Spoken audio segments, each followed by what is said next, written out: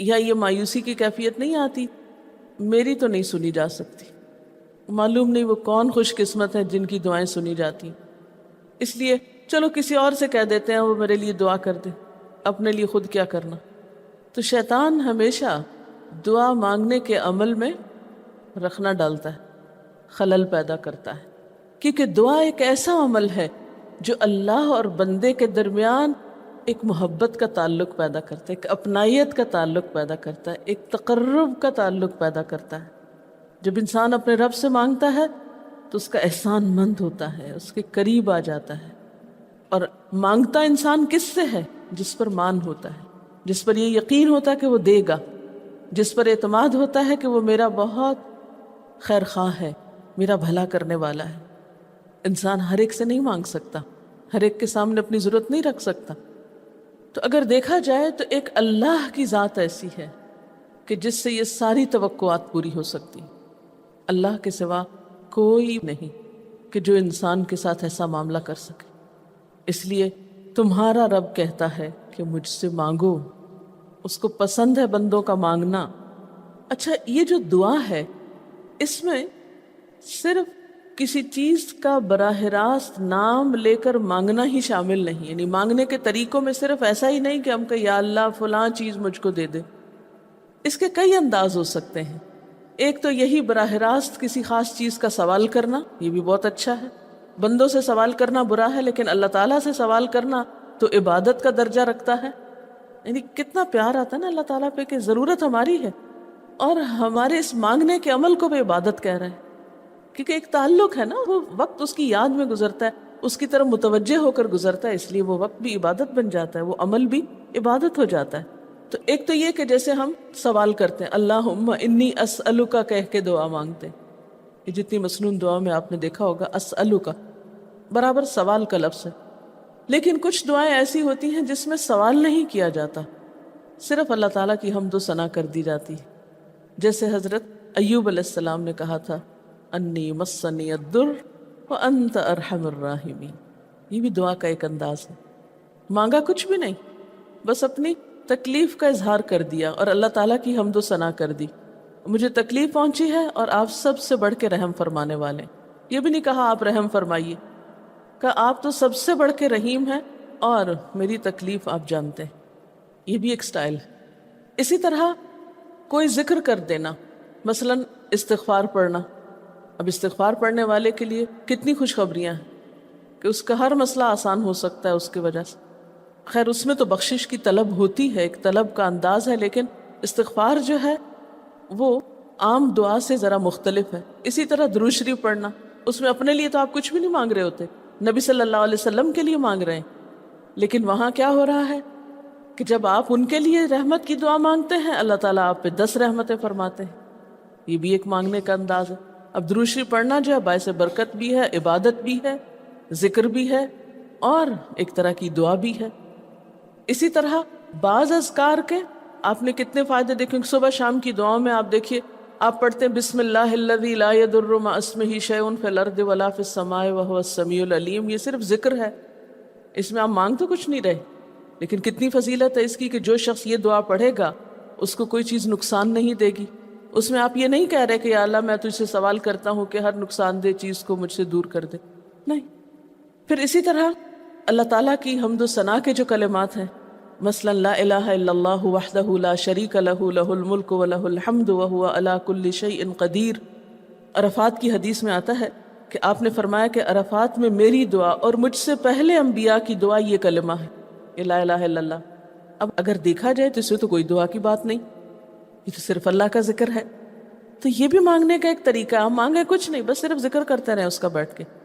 اسی طرح آپ دیکھتے ہیں کہ طواف کے دوران آپ کیا پڑھتے تھے، سبحان اللہ والحمد للہ ولا الہ الا اللہ واللہ اکبر۔ اب یہ دعا تو نہیں، یہ تو ذکر ہے اللہ کا۔ تو اللہ تعالیٰ کا ذکر کرنا، اس کی کتاب کی تلاوت کرنا، اس کو پڑھنا، علم حاصل کرنا، یہ ایسے اعمال ہیں کہ جن میں مشغول ہو کر انسان کے لیے کائنات کی ہر چیز دعائیں کرنے لگتی۔ طالب علم کے لیے بہت سی مخلوق دعائیں کرتی، آپ مشغول ہو گئے کسی اور کام میں، خدمت خلق میں یا علم حاصل کرنے میں، اور اللہ تعالیٰ کی مخلوق شروع ہو گئی آپ کے لیے دعائیں کرنا. عرش والے فرشتے آپ کے لیے دعائیں کرنے لگتے ہیں اگر آپ ایمان لا کر اچھے کام شروع کر دیں. تو اللہ سے مانگنے کے مختلف انداز ہیں، ڈائریکٹ مانگنا بھی اور مختلف عبادات کرنا بھی. اسی طرح وَاسْتَعِینُوا بِالصَّبْرِ وَالصَّلَاةِ، مدد مانگو صبر اور نماز سے. ٹھیک ہے، نماز میں انسان بہت سی دعائیں پڑھتا ہے، لیکن اگر مشکل وقت میں انسان صبر کے ساتھ نفل پڑھ کے اللہ تعالیٰ کا ذکر کرے اور اس کو سمجھ نہ بھی آئے کہ کیا دعا مانگو، کیونکہ بعض پریشانیاں ایسی ہوتی ہیں کہ انسان منہ سے کچھ نکال بھی نہیں سکتا، تو یہ نماز بھی کافی ہو جائے گی. وَقَالَ رَبُّكُمُ ادْعُونِي، اور تمہارا رب کہتا ہے مجھے پکارو. اور پکارنے کے کئی انداز ہیں. دل ہی دل میں پکارنا بھی آتا ہے، چپ کے پکارنا بھی آتا ہے، اونچی آواز سے پکارنا بھی آتا ہے، اکیلے پکارنا بھی آتا ہے، سب کے ساتھ مل کے دعا کرنا بھی آتا ہے. کوئی دعا مانگ رہا ہو تو آمین کہنے سے بھی بات بن جاتی. مجھے یاد ہے کہ ایک دفعہ میں عمرے پر گئی اور طواف کے بعد جہاں میں نفل پڑھ رہی تھی تو نفل کے بعد میں نے سوچا کہ میں اپنی دعا کرتی ہوں. اتنے میں ایک شخص عربی میں کوئی دعا مانگ رہا تھا. اتنی خوبصورت دعا تھی کہ میں نے ایسی دعا کسی سے نہیں کبھی سنی، اور میں نے صرف آمین کہنا شروع کر دیا. میں نے کہا یا اللہ، میری تو نہ زبان میں اتنی بلاغت و فصاحت ہے، نہ مجھے اتنی باتیں آتی ہیں، مجھے تو مانگنا بھی نہیں آتا، تو بس جو کچھ یہ مانگ رہا مجھے بھی یہی دے دے. میں نے صرف آمین آمین آمین کہنا شروع کر دیا. یہ کتنا بڑا اس کا احسان ہے کہ ہم آمین کہہ کے بھی شامل ہو جاتے ہیں دوسروں کی دعاؤں میں. تو اسی لیے دعا کو عبادت کا نچوڑ کہا گیا، کریم، خلاصہ، ساری عبادت کا اوپر کا حصہ. اور ویسے بھی اگر دیکھا جائے تو ہر نماز میں بہت سی دعائیں ہیں. ہر موقع کی اللہ کے رسول صلی اللہ علیہ وسلم نے مختلف طرح کی ہمیں دعائیں سکھائیں. سویرے جو آنکھ کھلتی ہے، سویرے کے اگر آدھی رات کو بھی کھلتی ہے اس کی بھی دعا ہے. اس وقت سے لے کر کوئی کام ایسا نہیں دین کا یا دنیا کا، اچھا یا برا، جس کے لیے کوئی نہ کوئی دعا نہ موجود ہو. یعنی اتنا خوبصورت عمل ہے دعا مانگنا کہ جس کے لیے کسی خاص چیز کی قید بھی نہیں کہ کہیں بند کے بیٹھو تو ہی مانگو، کہیں پہنچو تو مانگو. نہیں، کہیں بھی مانگو، دن کو مانگو یا رات کو مانگو، کھڑے ہو کے مانگو یا بیٹھ کے مانگو، چلتے پھرتے مانگو یا چپ کے مانگو، منہ سے بولو بھی نہیں اور دل ہی دل میں مانگو تو بھی وہ سن لیتا ہے. کسی بھی طرح مانگ سکتے ہو، کہیں بھی مانگ سکتے، کچھ بھی مانگ سکتے ہو. اس لیے وَقَالَ رَبُّكُمُ ادْعُونِي أَسْتَجِبْ لَكُمْ، تمہارا رب کہتا ہے مجھ سے مانگو، میں تمہاری دعا قبول کروں گا. اور آپ کو پتہ ہے کہ ربکم یہ صرف مسلمانوں کا رب نہیں، رب تو ساری مخلوق کا ہے. کافر کا رب بھی وہی ہے، خواہ وہ مانے یا نہ مانے. اس لیے قبولیت دعا کے لیے مسلمان ہونا بھی شرط نہیں. اگر کوئی کافر بھی اللہ کو پکارتا ہے، اپنے رب کو پکارتا ہے، تو وہ اس کی بھی سنتا ہے. اور خصوصاً اگر وہ مظلوم ہو، کسی نے اس پہ ظلم کیا ہو، تو وہ فریاد فوراً اوپر پہنچتی ہے، خواہ وہ مسلمان نہ بھی ہو. اس لیے یہ جو دعائیں ہیں یہ آپ سب کو بتا سکتے ہیں، مسلمز، نان مسلم، سب کو سکھا سکتے ہیں، تاکہ وہ اپنے رب کو پکارے اور رب ان کو ہدایت دے. اور پھر آپ دیکھیں گے کہ دعا کے ذریعے جو اللہ تعالیٰ پر اعتماد بیٹھتا ہے، اور اگر وہ خصوصاً یہ کہ جلدی قبول ہو جائے، تو اس وقت جو ایک خصوصی شکر کی کیفیت آتی ہے. لیکن یہ کہ مایوس نہیں ہونا. بات میں یہ کر رہی تھی کہ اس کے لیے کوئی شرط نہیں کہ کوئی شخص بہت نیک مسلمان ہو یا بہت اچھا مسلمان ہو، وہ تو گناہ گاروں کی بھی سنتا ہے. اس لیے بعض اوقات لوگ جب مایوس ہونے لگتے ہیں نا کہ ہم تو بہت گناہ گار ہیں، ہماری نہیں سنی جائے گی، تو انہیں مایوس نہیں ہونا چاہیے. مایوس ہو کے کہاں جائیں گے سننے؟ کس سے مانگنے جائیں گے؟ ان کو بھی پکارنا چاہیے، خواہ کوئی کیسے بھی گناہ میں ڈوبا ہوا، کیسی بھی حالت میں ہو، اور اس کے لیے بھی مانگنا چاہیے. حتیٰ کہ کافر جب تک زندہ ہے، اس کی صحت کے لیے، اس کی ہدایت کے لیے، اس کی خیرخواہی بھلائی کے لیے بھی آپ خوب دعائیں مانگ سکتے ہیں. آپ صلی اللہ علیہ وسلم ابو جہل کے لیے بھی دعا کرتے تھے، یا حضرت عمر کے لیے کہتے تھے کہ ان دونوں میں سے کسی ایک کو تو ضروری ہدایت دے. تو دعا ہر حال میں فائدہ دیتی ہے، ان مصیبتوں میں بھی فائدہ دیتی ہے جو اتر چکی ہیں، ان میں بھی دیتی ہے جو نہیں اتری. دعا تو ابلیس کی بھی قبول ہوئی تھی، اس نے قیامت تک زندگی کی دعا مانگی تھی، اس کی بھی قبول کر لی گئی۔ اس نے کہا تھا قال انظرنی الی یوم یبعثون، قیامت تک کے لیے مجھے مہلت دے کہ میں انسانوں کو بھٹکا سکوں۔ تو اللہ تعالیٰ نے کہا جاؤ، تمہیں مہلت دی گئی۔ اس لیے یہ خیال تو اپنے دل سے سب نکال دیں کہ ہماری دعا نہیں قبول ہوتی، سب کی ہو سکتی۔ شرط یہ ہے کہ آپ واقعی دعا مانگ رہے ہوں۔ ہاں، جو غافل دل سے مانگے اس کی نہیں قبول ہوتی، کیونکہ وہ مانگ نہیں رہا، وہ تو بس صرف ایک فرض پورا کر رہا ہے، وہ بظاہر دیکھنے میں مانگنے کا عمل نظر آ رہا ہے لیکن حقیقت میں مانگ نہیں رہا۔ تو حدیث میں آتا ہے کہ اللہ تعالیٰ غافل دل کی دعا نہیں قبول کرتا۔ بس کچھ ادب یہ ضرور سکھائے گئے کہ انسان قطع رحمی کی دعا نہ کرے، گناہ کی دعا نہ کرے، غلط کاموں کی دعا نہ کرے، اور پھر ساتھ یہ کہ دعا کرنے کے بعد مایوس نہ ہو، دعا میں جلد بازی نہ کرے، کیونکہ اللہ تعالیٰ نے قبولیت دعا کا وعدہ کر رکھا ہے۔ استجب لکم، میں قبول کروں گا تمہاری دعائیں۔ ہاں، یہ ضرور ہے کہ قبولیت کی شکلیں مختلف ہوتی ہیں۔ بعض اوقات تو انسان کو بالکل وہی مل جاتا ہے جو وہ چاہتا ہے، بعض اوقات وہ نہیں ملتا جو وہ چاہتا ہے، بلکہ وہ دے دیا جاتا ہے جو اس کو زیادہ ضرورت ہوتا ہے۔ یعنی ہمارا تو علم اتنا محدود ہے نا، ہم ایک چیز مانگ رہے ہوتے ہیں جو ہمارے حق میں کوئی زیادہ اچھی نہیں ہوتی، اللہ تعالیٰ ہمارے لیے ہم سے بڑھ کر مہربان ہے، وہ ہمیں وہ نہیں دیتا بلکہ وہ دیتا ہے جو ہمیں اس سے زیادہ فائدہ دے سکتا ہے۔ اگر آپ اپنی گزشتہ زندگی کی دعاؤں پہ ایک نظر ڈالیں تو ہم کتنی چھوٹی چھوٹی چیزیں مانگتے رہے ہیں، اور اللہ تعالیٰ نے ہمیں اس سے بڑھ کر عطا کیا ہے۔ ہم سب کو جو اللہ تعالیٰ نے دین کی سمجھ دی یا دین کو سیکھنے کا شوق دیا، ضروری نہیں کہ ہم سب نے یہ مانگا ہی ہو کہ اللہ تو ہمیں موقع دینا اپنے دین کو سیکھنے کے لیے، سکھانے کے لیے، لیکن یہ ضرور ہو سکتا ہے کہ ہم زندگی میں کچھ اور مانگتے رہے اور ہمیں وہ نہیں ملا، یہ نعمت مل گئی اور وہ ہمارے حق میں زیادہ بہتر ہو گئی۔ اور یہ ہو سکتا تھا کہ ہمیں وہ چیز مل جاتی اور آج ہم اس چھوٹی سی چیز کو لے کر اس کا شوق بھی پورا کر چکے ہوتے، اس کی ساری اٹریکشن ختم ہو چکی ہوتی، کیونکہ دنیا کی کوئی چیز ایسی نہیں جس کی اٹریکشن ختم نہ ہو جائے یا جس کی ویلیو گھٹ نہ جائے، جو پرانی نہ ہو جائے۔ لیکن قرآن کا علم ایک ایسا علم ہے جو ہر دم نیا لگتا ہے، ہر دم زندگی دیتا ہے، خوشی دیتا ہے، سکون دیتا ہے، ایک راحت ملتی ہے، یہ پرانا نہیں ہوتا۔ پھر اسی طرح یہ بھی ہوتا ہے کہ بعض اوقات انسان کی کوئی آفت ٹال دی جاتی، آپ مانگ رہے ہیں رزق، تو وہ رزق میں برکت تو نہیں ہوتی مثلاً، لیکن کوئی بیماری آپ سے ٹال دی جاتی کہ خدا نہ خواستہ آپ کو اگر مال مل بھی جائے اور ایسی بیماری لگ جائے کہ سارا مال اس میں ڈوب جائے، تو مال بھی گیا اور تکلیف الگ۔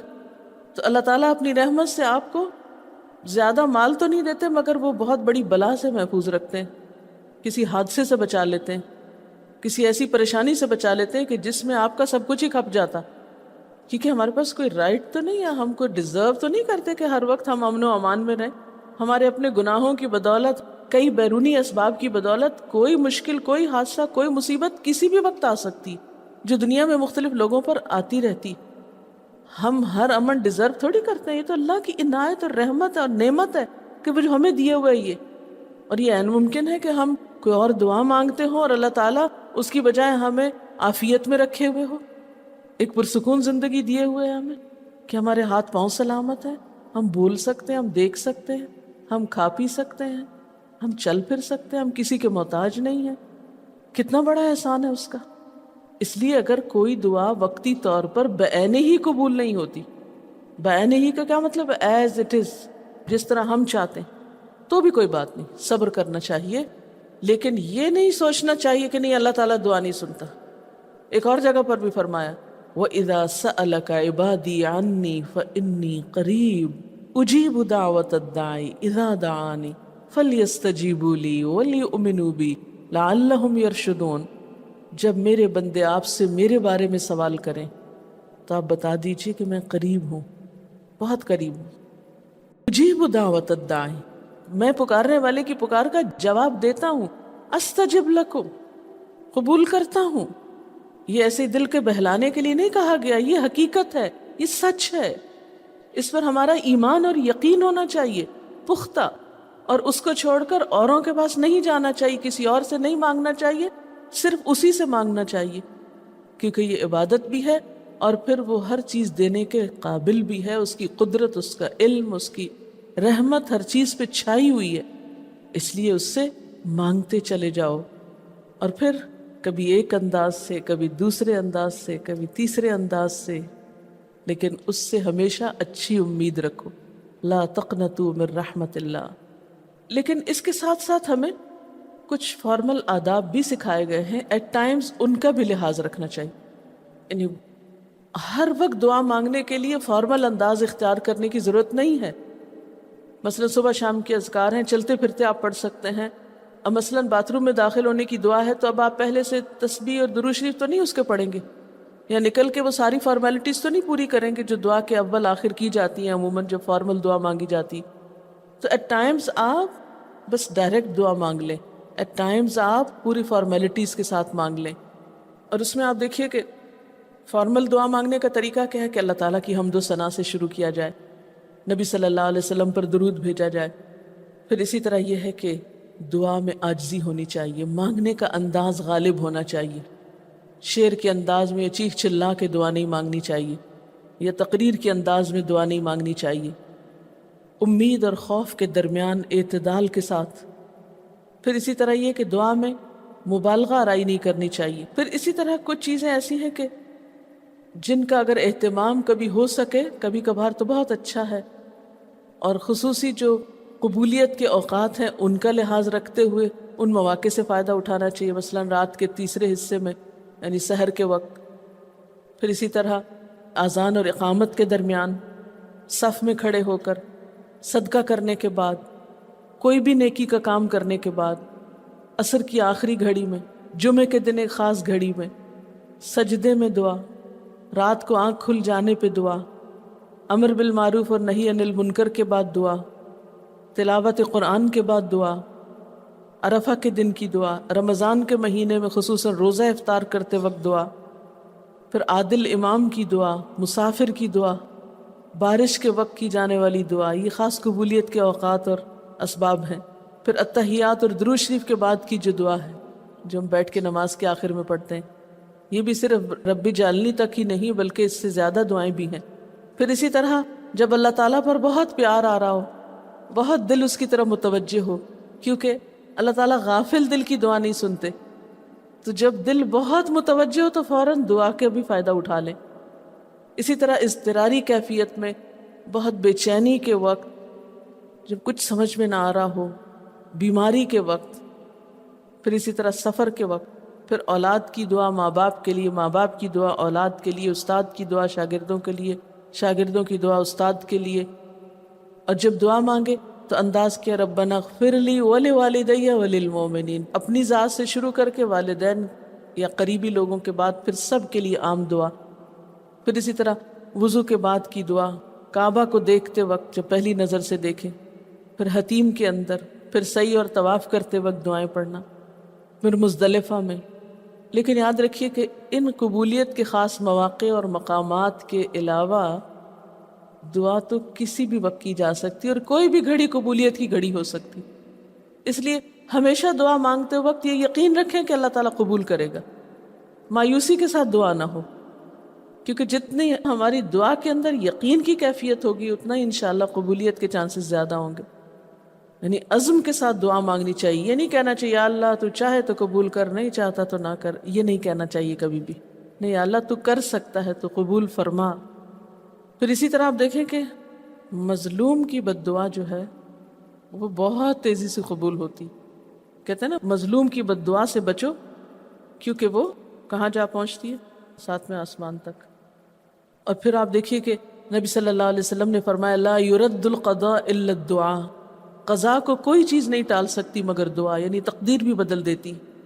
آپ صلی اللہ علیہ وسلم نے فرمایا آدمی جب کبھی اللہ سے دعا مانگتا ہے اللہ تعالیٰ اسے یا تو وہی چیز دے دیتا ہے جس کی اس نے دعا کی تھی، یا اس درجے کی کوئی بلا آنے پہ اس سے روک دیتا ہے۔ آپ صلی اللہ علیہ وسلم نے فرمایا بندے کی دعا قبول کی جاتی ہے بشرطے کہ وہ کسی گناہ کی یا قطع رحمی کی دعا نہ کرے اور جلد بازی سے کام نہ لے۔ عرض کیا گیا جلد بازی کیا ہے یا رسول اللہ؟ فرمایا جلد بازی یہ ہے کہ آدمی کہے میں نے بہت دعا کی بہت دعا کی مگر میں دیکھتا ہوں کہ میری دعا قبول ہی نہیں ہوتی، اور یہ کہہ کر آدمی تھک جائے اور دعا مانگنی چھوڑ دے. نہیں، دعا سے کبھی نہ تھکے، اس لیے کہ اللہ کی نگاہ میں دعا سے بڑھ کر کوئی چیز باوقت نہیں. لیس شیء اکرم علی اللہ من الدعاء. اور پھر خصوصاً اللہ کا فضل مانگنا. قرآن پاک میں بھی اللہ تعالیٰ فرماتے ہیں وَاسْأَلُوا اللَّهَ مِنْ فَضْلِهِ، اللہ سے اس کے فضل کا سوال کرو. پھر اسی طرح عافیت کی دعا کہ اللہ تعالیٰ ہر حادثے، مصیبت، تکلیف، پریشانی سے بچا کر رکھے، یہ دعا بھی بہت پسندیدہ ہے اللہ تعالیٰ کے نزدیک. آپ صلی اللہ علیہ وسلم نے فرمایا دعا ہر حال میں فائدہ دیتی ہے، ان بلاؤں کے معاملے میں جو نازل ہو چکی اور ان کے معاملے میں جو نازل نہیں ہوئی. بس اے بندگان خدا تم ضرور دعا مانگا کرو. اور پھر آخری بات کہ تم میں سے ہر شخص کو اپنی ہر حاجت اپنے رب سے مانگنی چاہیے، حتیٰ کہ اگر جوتی کا تسمہ بھی ٹوٹ جائے تو بھی اللہ تعالیٰ سے دعا کرے. یعنی چھوٹی چھوٹی چیزوں میں بھی جب ضرورت پیش آئے تو اللہ کی طرف رجوع کرے. وَقَالَ رَبُّكُمُ ادْعُونِي أَسْتَجِبْ لَكُمْ، اور تمہارا رب کہتا ہے کہ مجھے پکارو، مجھ سے مانگو، میں تمہاری دعا قبول کروں گا. ان الذین یستکبرون عن عبادتی، بے شک وہ لوگ جو میری عبادت یعنی دعا سے تکبر کرتے ہیں، یعنی مجھ سے تکبر کی بنا پر نہیں مانگتے. جیسا کہ حدیث میں بھی آتا ہے من لم یسأل اللہ یغضب علیہ، جو اللہ سے نہیں مانگتا اللہ اس پہ غضبناک ہوتا ہے. یعنی جو دعا نہیں کرتا اللہ تعالیٰ اس سے ناراض ہوتا ہے، کیونکہ وہ تو بے تعلق ہو گیا نا اپنے رب سے نہ مانگ کر، اور خصوصاً تکبر کی وجہ سے. ایسے لوگوں کی جزا کیا ہے؟ سیدخلون جہنم داخرین.